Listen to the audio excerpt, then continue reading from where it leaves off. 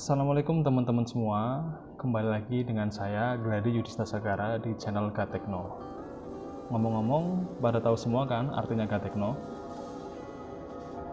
Kalau enggak, Gatekno itu dari bahasa Jawa ya teman-teman, yang artinya memperhatikan. Jadi dengan kita memperhatikan video ini, semoga bisa membawa manfaat buat teman-teman semua.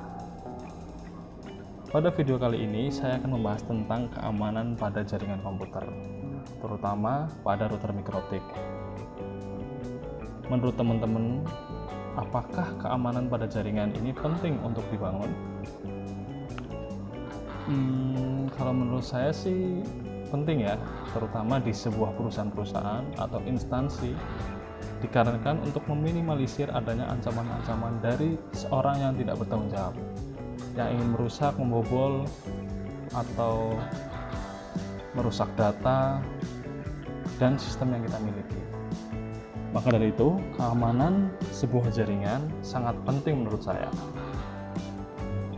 Untuk mengamankan router mikrotik ada berbagai macam cara. Yang pertama, kita bisa merubah password yang awalnya atau defaultnya adalah admin, password kosong. Ini sangat mudah sekali untuk dibobol. Kemudian kita connect, seorang hacker akan sangat mudah sekali mengakses router kita. Maka dari itu kita coba rubah username dan passwordnya dengan cara masuk ke sistem, kemudian pilih user. Nah, ini adalah user default yang awal. Kemudian kita bisa tambahkan usernya, misalkan saya akan tambahkan username Gladi, nama saya. Kemudian kita bisa berikan hak aksesnya sebagai read, write, atau full. Nanti kita bisa lihat perbedaannya apa saja. Apply OK. Kemudian kita juga bisa tambahkan misalkan teman kita atau partner kita, misal Budi, cuma bisa melakukan read saja. Apply OK. Ini juga ada perbedaan di simbolnya. Kemudian kita juga masuk ke grup. Nah, ini perbedaannya. Apabila full berarti semua aksesnya akan bisa dilakukan. Apabila read berarti tidak bisa melakukan write, policy, dan menggunakan root. Misal tidak bisa reboot atau kita tidak bisa menggunakan SSH dan sebagainya. Ini kita bisa custom. Kemudian write juga bisa kita custom. Apa saja yang tidak bisa. Kemudian username awal atau defaultnya kita bisa disable.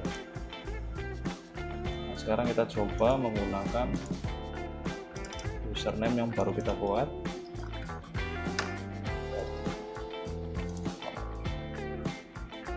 Ya, bisa. Kemudian kita coba pakai satunya.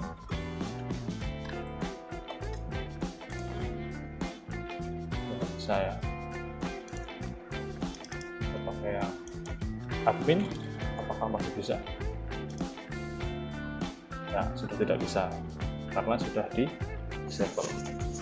Berikutnya adalah merubah password. Yang tadinya passwordnya kosong, kita rubah menjadi password yang kita inginkan. Bisa kalian masuk ke sistem, kemudian password, new password, misal 123 Gladi,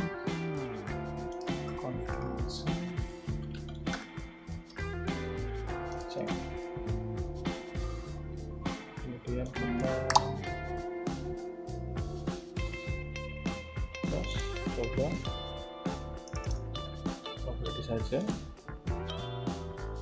Sudah tidak bisa ya. Tapi kalau kita tambahkan passwordnya, nah baru bisa. Nah, jadi seorang yang ingin mengakses perangkat kita atau router kita itu harus menyertakan user kita maupun passwordnya. Itu yang pertama. Yang kedua, kita bisa menggunakan mendisable atau menonaktifkan service maupun mengubahnya. Nah, syarat untuk mengakses menggunakan service ini harus ada IP address-nya. Nah, ini sudah saya buat IP address-nya. Bagi yang belum nonton video cara membuat IP address, ada di video sebelumnya, silahkan bisa dilihat terlebih dahulu video sebelumnya. IP-nya seperti ini, kemudian di address 1 200.201/24 pada address 1. Masuk ke IP, kemudian service. Di sini kita bisa mengcustom atau mengatur akses mana saja mau kita hidupkan dan akses mana saja mau kita matikan. Misalkan MikroTik ini tidak bisa diakses melalui webfig atau browser, berarti kita disable bagian www-nya.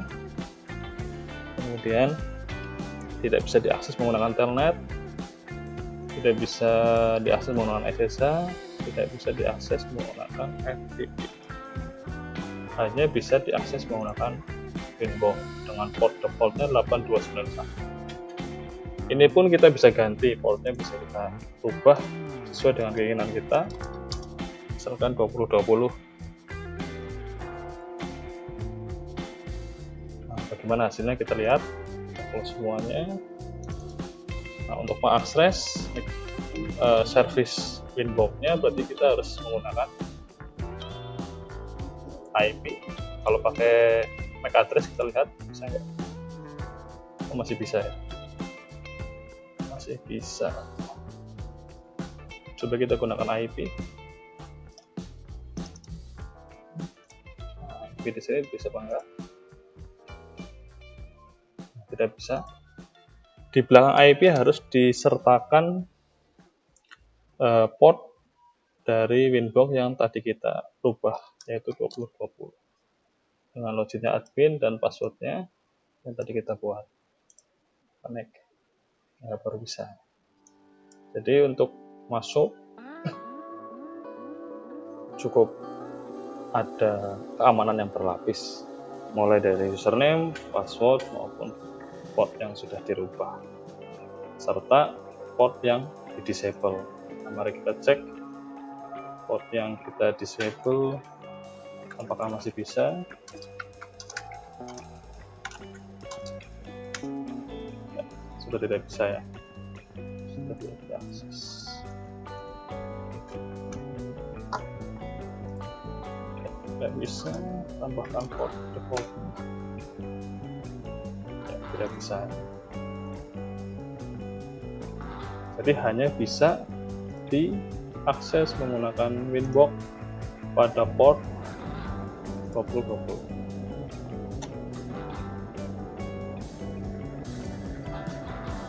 Cara yang ketiga, kita dapat menonaktifkan network discovery atau istilahnya adalah MNDP, MikroTik Network Discovery Protocol. Layanan ini bisa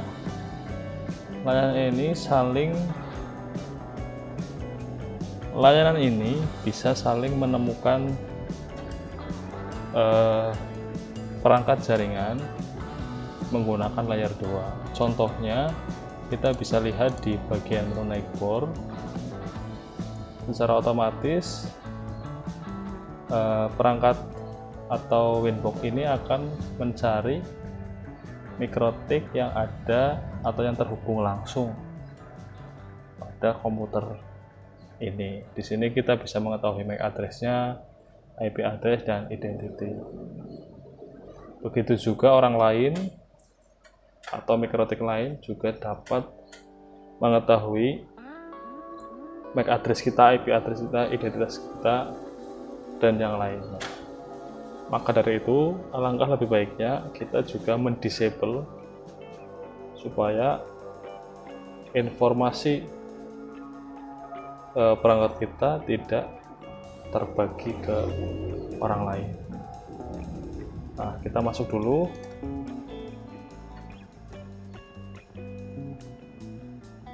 Kemudian langkah selanjutnya kita bisa masuk ke IP neighbor.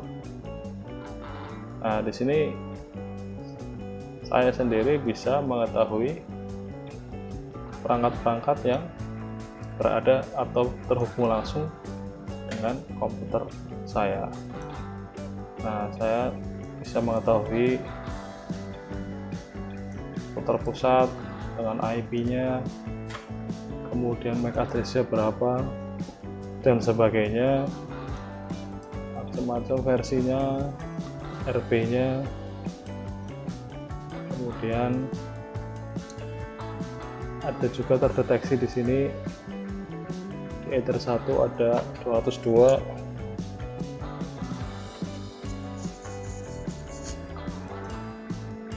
dan juga apabila ada router-router yang terhubung langsung kita bisa mengetahui di sini. Nah, untuk bisa mendisable kita masuk ke tab menu Discovery Interface, kemudian kita disable yang perlu saja, misalkan Ether 1 karena kita ingin meremote-nya menggunakan Ether 1 supaya di sini tetap masih bisa kita akses. Kalau dimatikan berarti di sini tidak muncul nanti. Kalau tetap masih bisa berarti ya biarkan saja yang kita disable interface yang lain.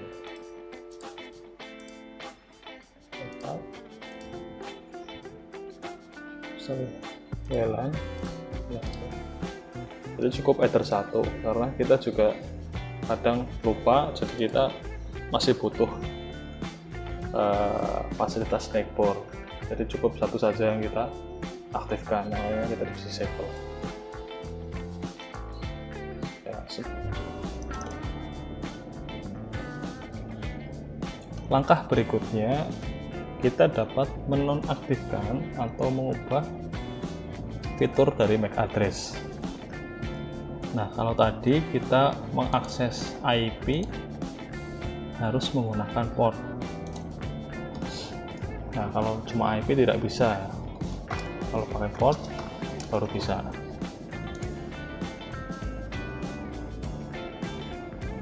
Sedangkan apabila kita menggunakan MAC address tanpa menggunakan port masih bisa diakses. IP harus menggunakan port. Nah, supaya MAC address-nya mati atau dinonaktifkan, kita bisa masuk ke tools, kemudian MAC server. Nah, di sini ada telnet interface, ada winbox interface. Nah, misal di telnet tidak terdeteksi MAC address, berarti kita disable. Kemudian kita masuk ke MAC ping. Nah, ini tanda checklist kita hilangkan. Kemudian misal di winbox juga sama, kita disable. Ya, kita coba apakah masih bisa menggunakan MAC address. Ya, tidak bisa ya. Coba kita pakai IP beserta port. Ya, baru bisa. Nah, kita juga bisa mengatur supaya MAC address-nya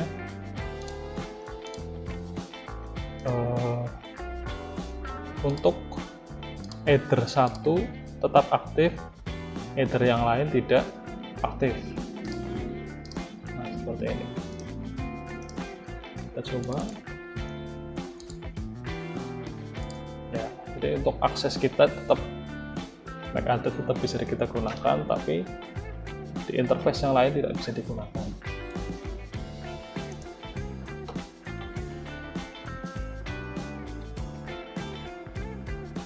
Ya, kurang lebih seperti itu tutorial tentang keamanan pada perangkat mikrotik. Sebenarnya masih banyak cara atau langkah-langkah untuk mikrotik ini lebih aman. Bisa kita gunakan firewall, kita gunakan menonaktifkan VT server, mengaktifkan bootloader protection, dan masih ada beberapa. Tapi untuk basic atau dasar saya kira cukup seperti itu, sudah jauh lebih aman dibandingkan awal kita mengkonfigurasi. Mungkin sekian video kali ini, semoga bermanfaat. Jangan lupa supaya saya lebih semangat, like, share, comment, and subscribe video ini. Nanti akan kita bahas di video berikutnya. Terima kasih, semoga bermanfaat video ini. Supaya saya lebih semangat, bisa kalian like, share, and subscribe. Dan jangan lupa komen apabila kalian mau request tutorial apa yang mau kita bahas tentang mikrotik atau jaringan yang lain. Terima kasih. Wassalamualaikum warahmatullahi wabarakatuh.